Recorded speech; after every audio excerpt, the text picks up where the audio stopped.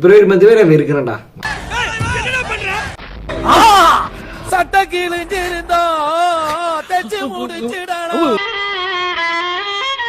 Sir மனசு உடைஞ்சிடாதீங்க, வாழ்க்கை வழுக்க மாறி.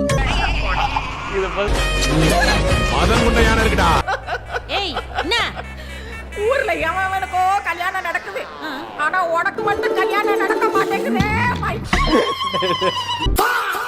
அந்த மாதிரி கூட இல்லடா, இப்ப அவன் கூட commit ஆயிட்டான்டா.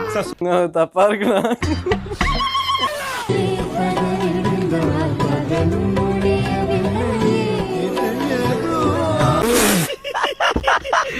Me and my friend